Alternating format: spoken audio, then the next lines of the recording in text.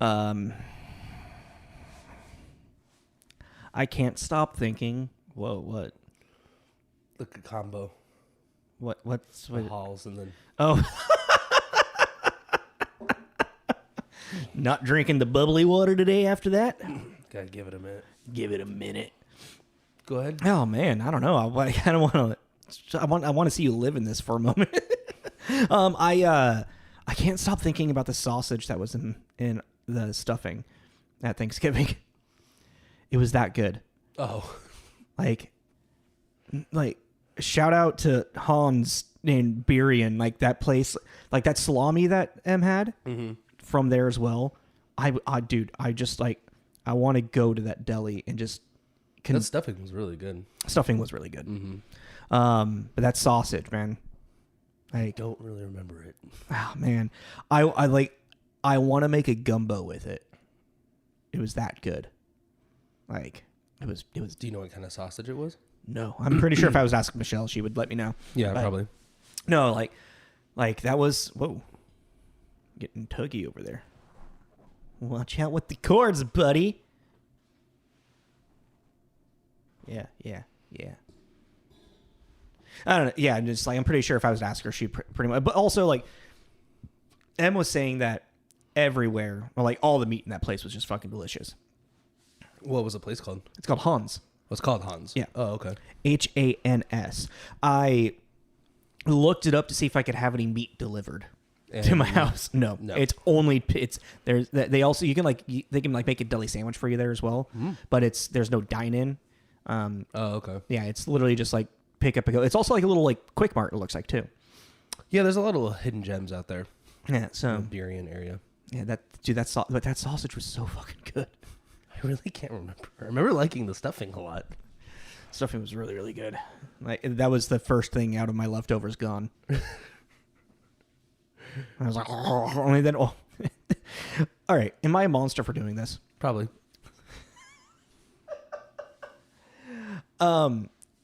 With the last bit of leftover of mashed potatoes I had, and I got a lot of leftover mashed potatoes. Yes, you did. I cooked off my last strips of bacon that I still had in the fridge from making my green bean casserole because I didn't want it to go bad. And I kind of chopped it up, and I put the bacon into the mashed potatoes after reheating it, but then I just added like half of the bacon grease into my mashed potatoes as well. And it was delicious. But I think I actually felt an artery starting to clog I did that. I was like, you're not a monster. Your cholesterol went up, though. There was literally I felt like a weird... I was like, I think that may have actually been an artery getting clogged. I felt that way because when we got all the stuff from Costco, we got one of their big mac and cheeses. And I finished that in like 3 days. That's a lot of mac and cheese to eat. Oh, the Beechers? No. The Costco brand, the 14 pound. I can't do that much cheese anymore. I can't either, but it doesn't stop me. Like I haven't eaten cheese in like, I don't know, 4 days, 5 days. Oh, I don't know. Maybe even, because I didn't eat any pizza the other day when I was at work, so that was a bonus. And I felt great. Nobody wants to hear about this. Nope. This is Tommy. This is Jake. This is Tommy and Jacob's mixtape.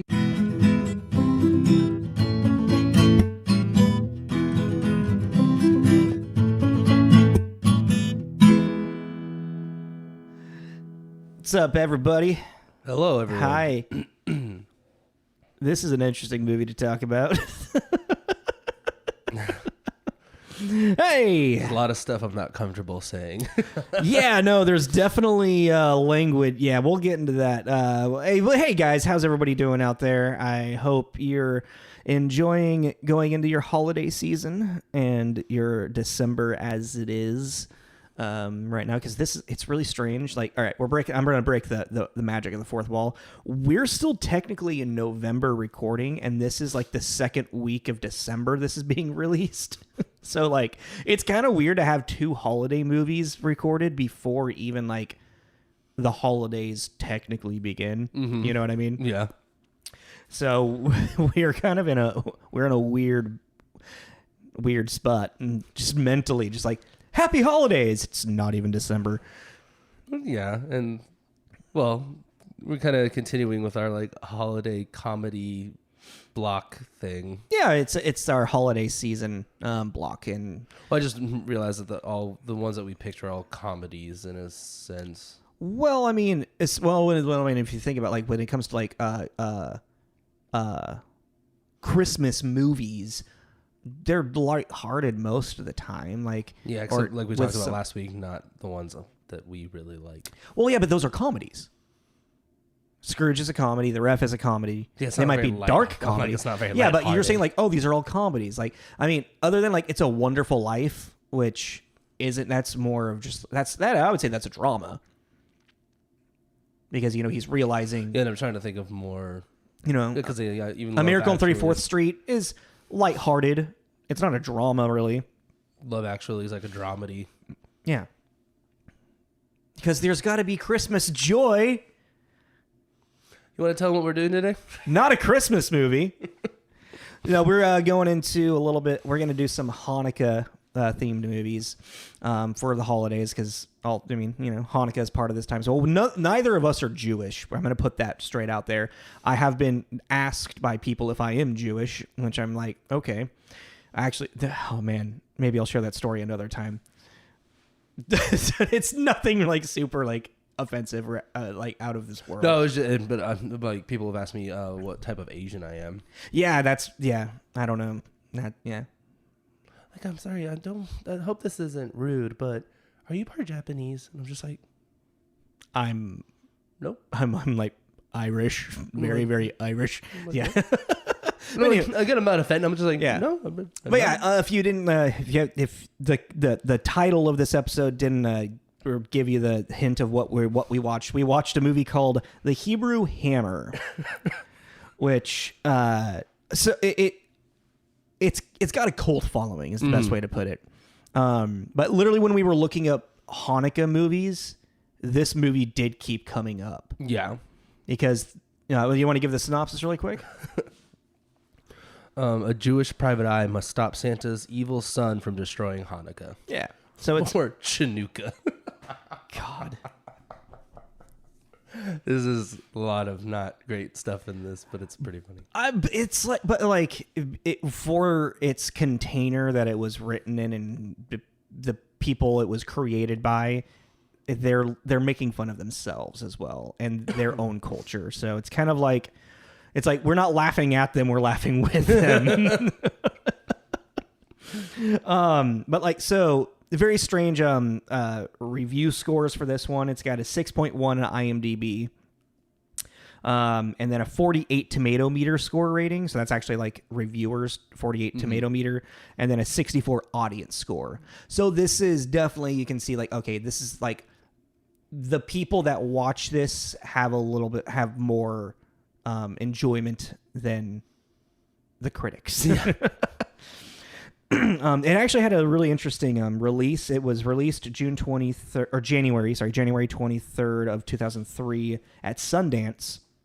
And then it went through like a culmination of like a bunch of other film festivals until it finally was released. It had a theatrical premiere on December 19th in Los Angeles and some others. I want to say New York, I think I saw. But it had a TV premiere on December 8th. Mm-hmm. So this is kind of like, it was a comedy, like this turned into like Comedy Central. I don't think they produced it with Jonathan Kesselman, but they kind of like bought it to be aired on their after theatrical release, it was only on Comedy Central for like 5 years or something like that. Yeah, I was reading. Yeah. And other than like unless you got like the DVD and whatnot, yeah. We haven't really counted in 2000. Oh no, we had counted in 2003 way back when. But how many movies did you get? 73. Yeah, and it had 54. I looked back at my last list; it was 55. So there was a movie in there. What was the last? It was like one of our first movies. Don't worry about going too far into it. It was one of our first times counting. Oh, it was way back when. I think we've done. Oh, Freaky Friday was one of them. Okay. And this doesn't have any box office stuff. Nope. Yeah. And it's also like the only way we could watch this was on Amazon Prime, and it was with ads only. Yeah. Freebie. Yeah, through Freebie. Amazon Prime through Freebie. And because like even like on the Amazon, they had like it looks like there was an option to stream it once on Amazon Prime without any ads or anything. You can still rent it for $1.99. I couldn't find that anywhere. Yeah, no, I found that. I just kept seeing this video is currently unavailable. Oh no, I just didn't want to spend any money on it. Oh, I would have spent the money on it because I hate having ads drop me in the like I'm in the middle of it and then I'm like, and here's something about laundry detergent. I'm like. Well, with Freevee too, it doesn't. There was a couple times the ads would come in, and I would be like, "This is a weird part of the movie." No, exactly. There was no like indication they were starting. Yeah, like when it's on television program, they actually like edit it in to fit with the flow of everything. But when you just have like this online streaming and you just like these free things, they're just like, well, at 30 minutes exactly, there's gonna be a 2-minute ad. It doesn't matter what the fuck's happening. It could be in the middle of the climactic scene of. It could be in Star Wars, Empire's Luke. Hey, do you guys want to wash your clothes better? 2 minutes of this. Your father. Like, oh, what? Like, rant done. Okay.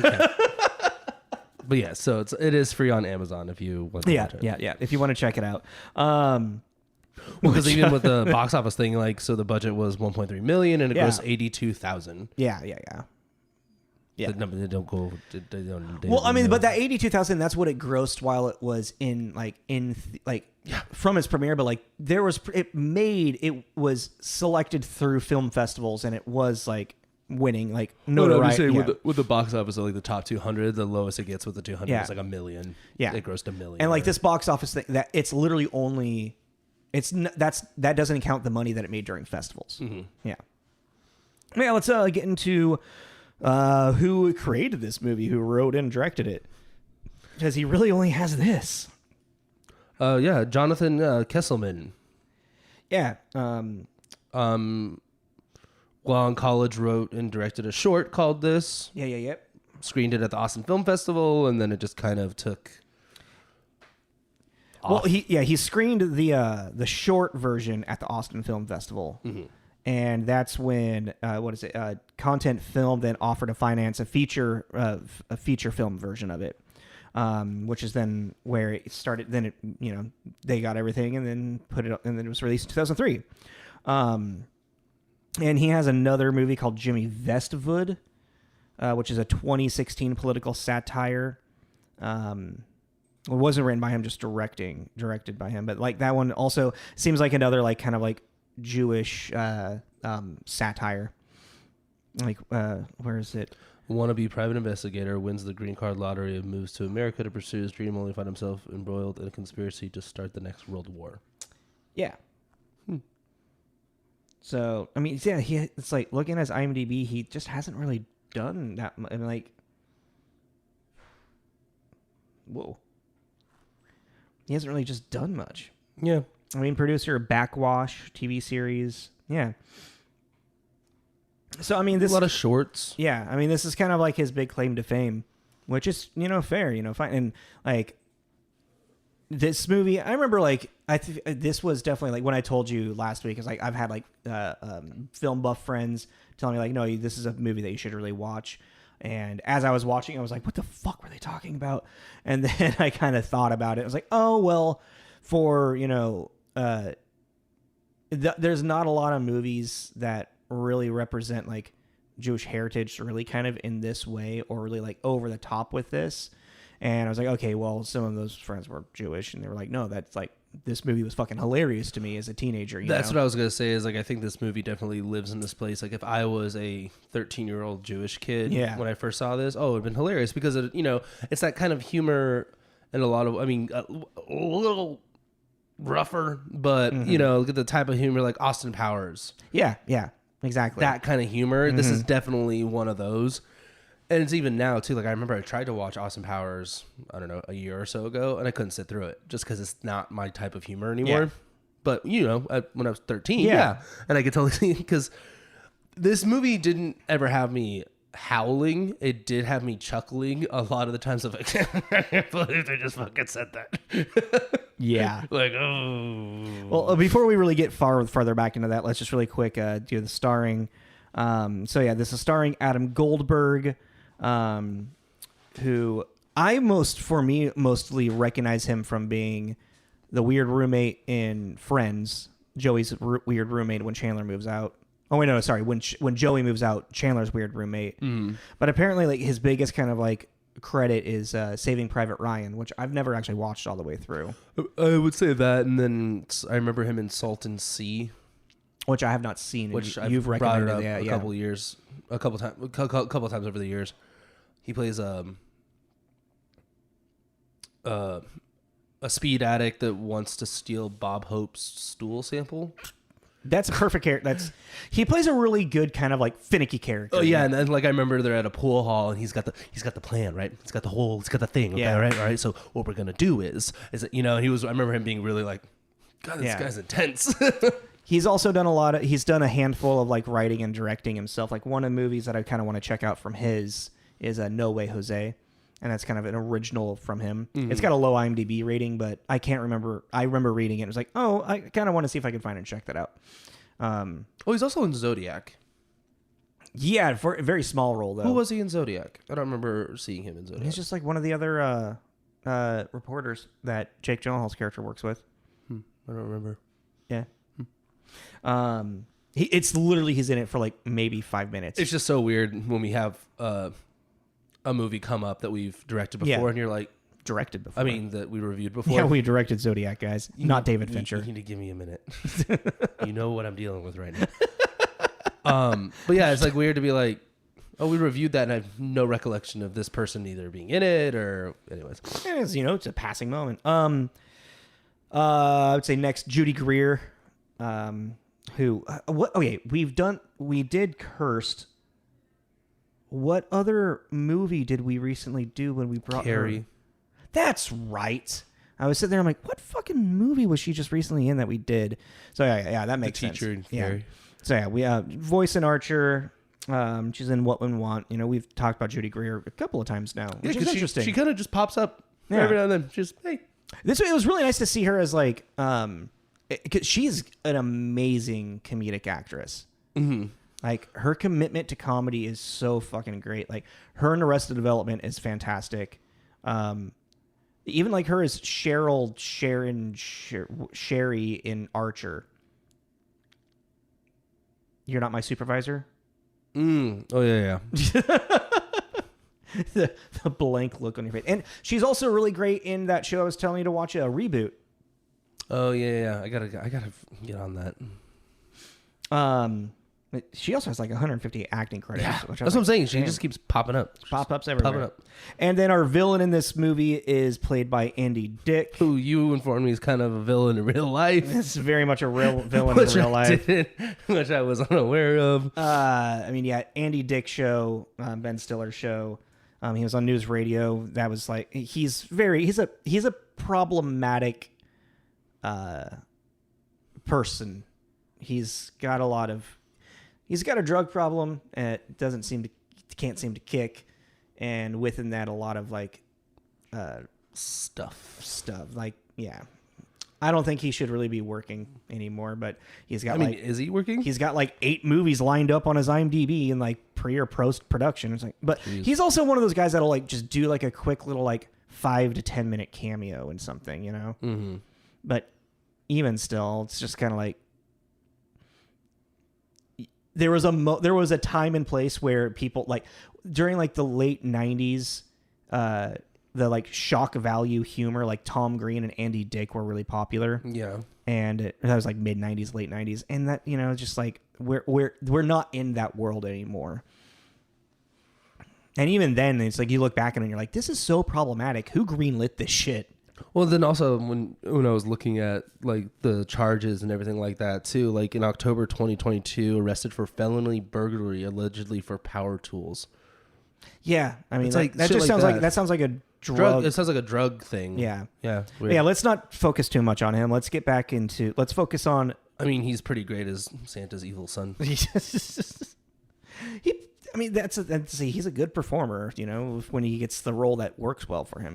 He's really like. What the fuck is wrong with you? Fucking Tiny Tim. Gimpy Dick. You're like, oh. Yeah, but you said it.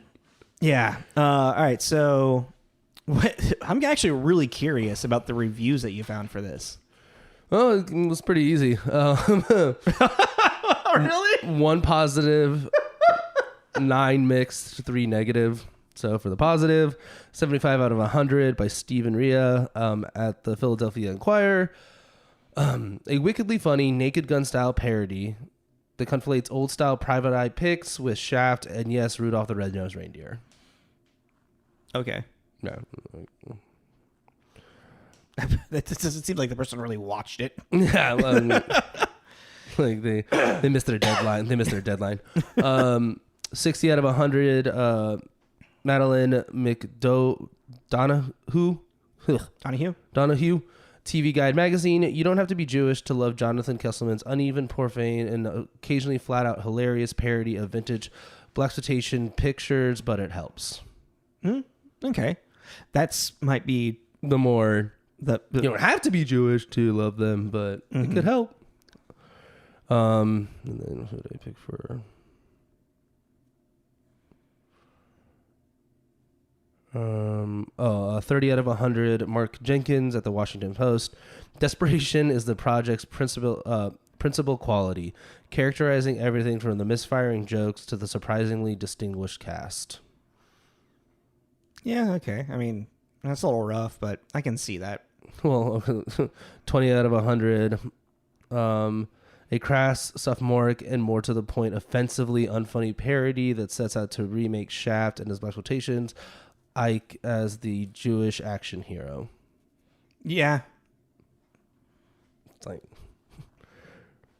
yeah. It leans really, really hard into the Jewish stereotypes and like really it's interesting because the first like 5 minutes of the movie I was laughing out of uncomfortability, but it was also very much like this is very much the Hammer's like walking around. No, with when him as a kid. Oh yeah. I forgot that's how it actually starts. When his dreidel gets smashed and he's like, yeah. Well, even just like as he's walking down the street, it's just kind of like no Jews allowed, like type of like shit going in the window. Okay for 5 minutes. Like holy fuck, dude. Yeah, it was very. And even just like the kids, like he's clearly at this like this private school that's clearly a Catholic school. And like the teacher is like Chanukah, and it's like, oh my god. You know, it's like let's all like be nice to, yeah. It's like wow, man. Like it's uncomfortable, but also it's like fuck, dude. Like that's how those kids felt, you know. Like a young Jewish kid, like especially if like let's say that was like 1980s or late 70s at that point, like that's the flashback. It's like yeah, really just not fitting in anywhere. And that's like what we were kind of talking about. Was like this movie kind of like gives them a place where they can feel fit in, and you know, it is interesting through the lens of like this like blaxploitation film, which the funk and it fits really well actually, like in a strange way. You know what I'm saying? Mm-hmm. Like you just looked at me so just sorry. Yeah, zoning in and out. It's all good. It's all good. I'm listening. I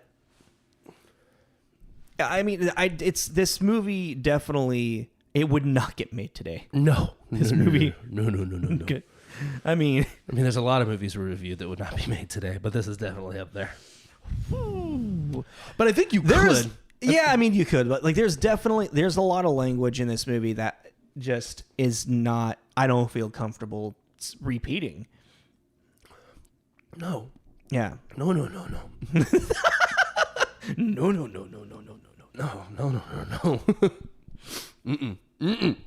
Even for the context of talking about this movie. No. Yeah. But I mean, it's like, and that's the thing, since you said that you have friends that are Jewish that like this movie, I think it's also kind of hard for me to speak about it not being Jewish. Mm-hmm. But I mean, that whole like talk dirty to me. Oh yeah. I want to get a stable job and have kids with, you know, like that, oh my god, yes. That made me laugh, you know? Yeah. Or even like the whole thing with like the mom like just the whole gaslighting her kid. Yeah.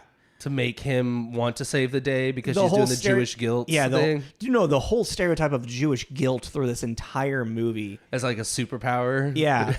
That made me laugh. It's fucking... Or like, and that's another thing. It's like, it is. It's as much as like stereotypes or even like the Jewish Justice League guy is anytime you see him, he's eating a bagel. He's eating a bagel with cream cheese and lox. Like yeah, it made me chuckle, you know. Like I was like, so it's like I didn't write it, but somebody did. And apparently, like when this movie came out, there was like a bunch of there was a split controversy of just like these are negative Jewish stereotypes that you are just perpetuating that a lot of Jewish people we don't want to be looked at like this. Yeah, when they drop the penny, like you gonna pick it up, like dude, that's fucking cold. That's fucking cold. Yeah. Well, yeah, and it was this like split, like you said, stereotypes, and that's the thing But that's also what blaxploitation films are about. Is about finding that stereotype, leaning into it to kind of like take ownership over it. Well, yeah, and I was gonna say too, with just in general with stereotypes too, even the people, especially if it's a film that is made like this, it's like you're going to have people that are in that cultural group that are going to laugh at the stereotype, and you have the people that are going to be offended by it. Yeah, and that's that's what blaxploitation films really were doing, is that they were bringing to light these negative stereotypes during a very specific era. Blaxploitation really took presence during the 70s, I want to say. And it's all post post civil rights movement type stuff. So like with black people really actually being able to you can't really segregate anymore. You know what I mean? Mm-hmm. And this is where black people were starting to take ownership. It was like, well, if you're gonna look at us this way, let's lean into it and let's take ownership of it. We're gonna take what you are finding what you're making fun of, and we're gonna be take ownership. And that's kind of but this entire movie is with all of these Jewish jokes. It just happens to be that Jewish people can be very loud and guilty towards each other. I don't know. The whole the relationship with his mom's it was really interesting to watch that, and then think to even in pop culture today, Big Bang Theory, that was all of character Howard and his mother's relationship was the mom off screen yelling something and him going, yeah, and I'll get to it in a minute. It's pretty much, it's these stereotypes are still being thrown out there, even in a popular culture sense and we don't bat an eye. Well, there's obviously people that had offense with what was going on in Big Bang Theory, but that was one of the biggest sitcoms of all time. Mm-hmm. So, I just think it was very interesting for it to actually go into this, use this format and structure of a blaxploitation. And Jonathan Kesselman, I think, clearly watched a lot of blaxploitation films growing up because he had the formula of it down really, really well. Because I'm sorry, I'm just steamrolling right now. I don't know if no, I'm just listening, but it's also I don't know. I'm just thinking too, do you think he leaned into that a little too much? Well, he leaned into it because it was he leaned into it a little bit more into a satire kind of way. Blaxploitation films, they did have the humor to them, but a lot of it was also kind of empowerment as well of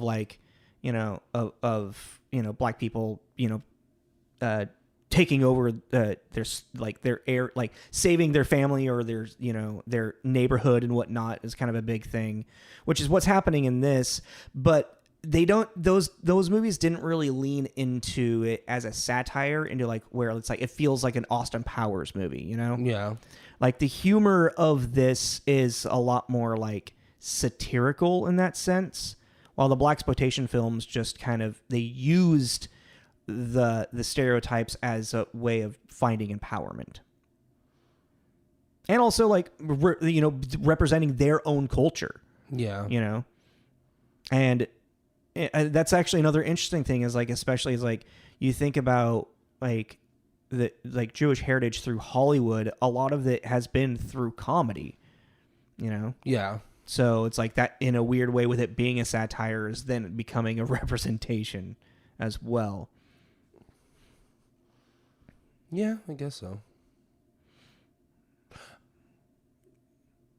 It's really interesting is like how like, well, what's really, it's nice also because I think that there is like a little underlining like fun stab at like Christmas and how it's like Christmas always overshadows Hanukkah, and for it to be Santa's son be like, I'm going to destroy Hanukkah. So then Christmas is the only thing, this capitalist idea, and it feels like it's a big part of the story, but it doesn't feel like, I never really feel the weight of that. You know what I mean? Mm-hmm. Also, like structurally, it's really interesting how this movie just kind of unfolds, because you just kind of like, when you see Damien, is Andy Dick's character's name, when you see Damien kill Santa Claus, and then he takes over and I'm taking over the business now. It cuts to the JJL, the Jewish Justice League, and they're aware that it's already happening. Like, there's no, like, them discovering it. It's a Pentagon, but the Star of David. Yeah. God damn.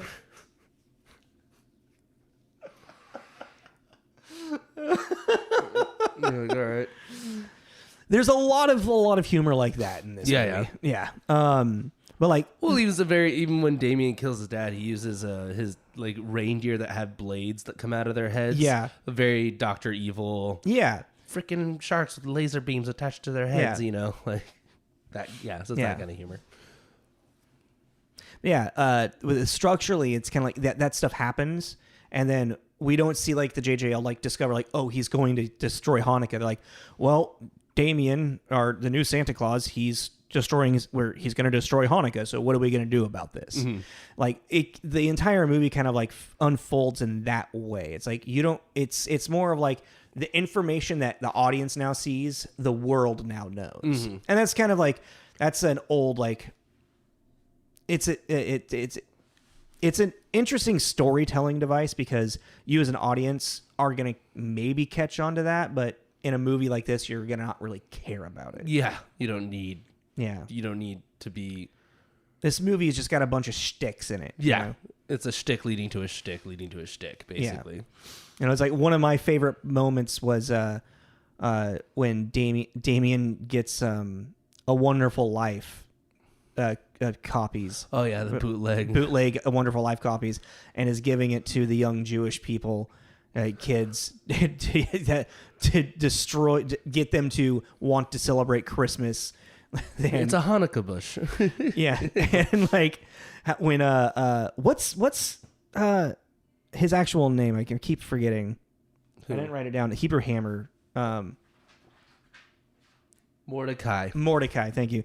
Like Mordecai's driving through the street, and this kid is like stuck in the middle of the street, holding a VHS copy of It's a Wonderful Life, and they're treating it like it's a drug addiction. Yeah. Like it's like there's clever humor in this, like that works really well for this. And then also I do also taking Tiny Tim, who is like this iconic character in Christmas story lore, as like I don't want to say martyr, but like he's like symbol of innocence, yeah, and turning him to Damien's just kind of toad, like yuppie lackey, yeah, as kind of an idiot. Just like I was like, this is like it's humorous, and it's definitely something that I don't know. I enjoyed it, but I definitely did find myself around, I don't know, about an hour into it, starting to kind of check out. Just kind of like, it's like when it was like the Jewish atomic clock. Yeah. like they have to go save the Jewish atomic clock to actual save like Hanukkah, because that's what Damien's whole thing is. Like, if he can like drain the power out of that, then Hanukkah won't be celebrated anymore. Well, and then on Sabbath they all fall asleep. Yeah, like I don't know. I mean, I thought this movie was pretty stupid. It really is, yeah. But it's also like I was thinking about. I was like we said, you would never be able to make this. You couldn't make this movie today. Not saying that you couldn't make a Hanukkah comedy, like this. Well, what kind of got me thinking was, you know, and I think this is kind of a trap that kind of happens with a lot of people that, you know, that aren't Jewish, that don't celebrate Hanukkah, is there is the problem of like, since Hanukkah is around Christmas, there is this automatic correlation of comparing Hanukkah and Christmas together. Mm. And Hanukkah, which, you know, Festival of Lights, it's about, I read it. I was it's about a specific group of Jewish people that found re-education or through like finding themselves again. It's like a rededication. Mm-hmm. And the whole idea of like the menorah with the 8 candles is that there was this oil that was only supposed to burn for one night for them, but it gave them light for 8 days. So it's like, it's more of a celebration of rededication to the religion, as opposed to Christmas is supposed to be the celebration of, I guess, the birth of Christ, what a lot of people think, but you know, it's not the same thing. Was what I'm trying to say. Does that make sense? So it's kind of weird to kind of think of like, people are like, you know, we were thinking about, or people thinking about like looking for like a Hanukkah movie that's kind of like a Christmas movie. It's like, well, Hanukkah and Christmas are 2 separate things. Yeah, I mean, so like what a Hanukkah movie would look like, what would a Hanukkah movie look like in a sense of like what Hanukkah means? Yeah. Well, but it's also like, well, like with Christmas, and if you're going to talk about celebrating it on, I guess, core value of what it is celebrating the birth of the Lord Jesus Christ. Yeah. So that's the religious aspect of it. But I think also with Hanukkah, that's also kind of a celebration of ancestry and where you came from. Yeah. Because it's like, in Christmas, if you're going to celebrate it, like very traditionally in the sense of religiously, the Christian Christmas, you're celebrating your Lord, your God, which with Hanukkah, I feel like you're celebrating both your God for creating this miracle, but then also it's a look back on the struggles of where your people came from. Yeah. So that is kind of, different in that way. Because, you know, they are 2 very different holidays. Yeah. But I was also like, you know, in the, you know, Jewish people have had a go at it. You know what I mean? There's a lot of different. Oh my God, the Underground Railroad. See, it's like a Small World after all. Yeah, but it's like the history of their oppression. Yeah. And they leave it, and they're like, "Well, that got annoying really fast." Yeah, there's a lot of for me in this movie. For me, it was a lot of like, did they? Wow, they fucking went there. Okay. Mm-hmm. Even I do enjoy the whole like the Kwanzaa Brotherhood that they like team up with to like save Hanukkah and whatnot as well. And yeah, I don't know. They take like the Kwanzaa Brotherhood and the Black Panthers. Yeah. Kind of like and meld them into like, you know, the well, you know the history of Kwanzaa, right? Yeah. So and I like that they, you know, in the beginning when you meet Santa, that these leaders of these representatives of these different holidays like met for a peace summons and signed like a truce treaty. Where the holidays will all live in peace together. Yeah. And he's also like who's played by Rob Rayleigh, who You would recognize he's a familiar face through Hollywood. He's talking about like how his father was a tyrannical Santa Claus who wanted to force Christmas as the only holiday around this time, which is then kind of a reflection of like where Damien's coming from. So yeah, like it feels like a old Bond Austin Powers type film with like a lens of a blaxploitation film. It's a really strange movie. It's really there's nothing quite like it. No, there really isn't. There isn't really. I can't say I've seen things that, yeah, like you said, Austin Powers. There's like but like it's a weird little soup. And then since it's like it lives in our framework of 2003's type of humor as well. So like there's a lot of dick jokes, especially circumcised dick jokes. I'm trying to remember what was that fucking movie called? Came around Pootie Tang. Yeah, Pootie Tang was kind of like this. Yeah, too, that was right? that was part of the blaxploitation revival time. Yeah, because of like a Black Dynamite. Yeah. He didn't talk, but he would sing. I've never actually seen it. He fights crime or bad guys with a belt. Yeah. Yeah. But like, yeah, he doesn't talk, but he'll sing. And like one of the jokes is everyone loves his music, but he doesn't. He's like mute. But everyone's like, that's a great album. I don't know. I've never seen it, so I don't know. Very vague memory of it. It's like I am familiar with the release of these movies, but I never really watched these movies. Mm-hmm. So, I think we can start to call it an early episode. No, I mean, I guess I did. Well, I mean, I guess I brought up Hanukkah. I was like, I wanted to make sure to actually bring up what Hanukkah was. I did a terrible, piss poor job describing it, but it's well, what do you want from me? I mean, how many carrots? I'd give this like a 2. Yep.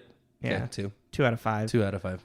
It's like structurally and like just generally as a movie, it's just kind of meh. But I personally was laughing because I'm immature and stupid. I'm just immature. And I don't know. I enjoy a good dick joke and potty humor. Some of my favorite movies are like the American Pie movies. So that's just me. Yeah, no, I mean, like I said, I could totally see like someone our age and Jewish, and they were like, "Oh, I loved that movie." Yeah, I'd be like, "Yeah, I totally get it." Like, it's literally the amount of times I was just kind of like, "Oh." A lot of it to me was kind of shock. It was shock. Whoa. Like yeah, just I can't believe they just said that. It gets to a point where it's like, this feels like Comedy Central in 2003. You know what I mean? Yeah, because what's his name? The elf. Oh. What was his name again? Are you talking about his character or who he is? Oh, Tony Cox. Right? Yeah, Tony Cox. Mm-hmm. Yeah, even like with the way when he showed up and the way he was talking and everything, I was just like, it took me a second. I was like, Bad Santa. Why am I thinking of Bad? Oh, because he's in Bad Santa, and he's that kind of like potty mouth, like get the fuck out of my face kind of character. Mm-hmm. Because I like that he becomes the new Santa. Actually, that was great. But yeah, like this is kind of like Bad Santa. This is kind of a similar kind of humor to it, right? Yeah, I mean, it's just raunchiness, I guess, or just like I want to say like, yeah, I guess raunchiness is the right term. I really wouldn't consider this raunchy though. It's just potty mouthed. Yes, sophomoric. Yeah, it's sophomoric. Yeah, that's a great way. Yeah, or Bad Santa, like that's pretty raunchy. It's raunchy, but that's also clever. Yeah. Not to say this isn't clever. Like, actually, I really think Jonathan Kesselman was pretty clever with making this script. Actually, I just don't. I mean, it's just It's not a great movie. It's just not a very good movie. Adam Goldberg's fucking hilarious. Like when he's like the test to get into the JJL. Oh yeah. Where he goes, I forget what the first one was, but then like he has to like prove that he's circumcised, and then the last one is like how whiny. Yeah, as soon as like he got to the door and he was just kind of like, what the fuck is this? And I was like, oh, it's a test to see how long it takes for him to just start complaining about everything. I was like, this is so, oh my fucking God. Another Jewish stereotype. All right, cool. Well, we're doing it. They made an Adam Sandler joke in the movie. We're doing an Adam Sandler movie next week, so we're gonna do 8 Crazy Nights. Which this movie, that if I remember correctly, 8 Crazy Nights has a good amount of heart in it by the end of it, because it is a redemption story. I also think there is some very problematic humor in the movie. From what I remember, Why you guys always picking on me? All right. Anyways, so yeah, join us next week. Follow us on Instagram. Like, subscribe on YouTube. Fading here. Yeah, it's good. You're good. We'll get out of here soon. Thanks for guys for listening, watching if you've been watching. Recommend stuff. And also, oh shit, I just remember there was a comment that was posted a couple weeks ago, and we missed it. So apologize. We'll be better on that. If you're listening, your comment was also already. I don't know if you deleted it if you've listened to this episode, but yeah, apologize for not getting back to you on that. And yeah, we'll talk about it. Okay. Yeah. All right. So this is Tommy. This is Jacob. It's Tommy and Jacob's mixtape. Who's the man?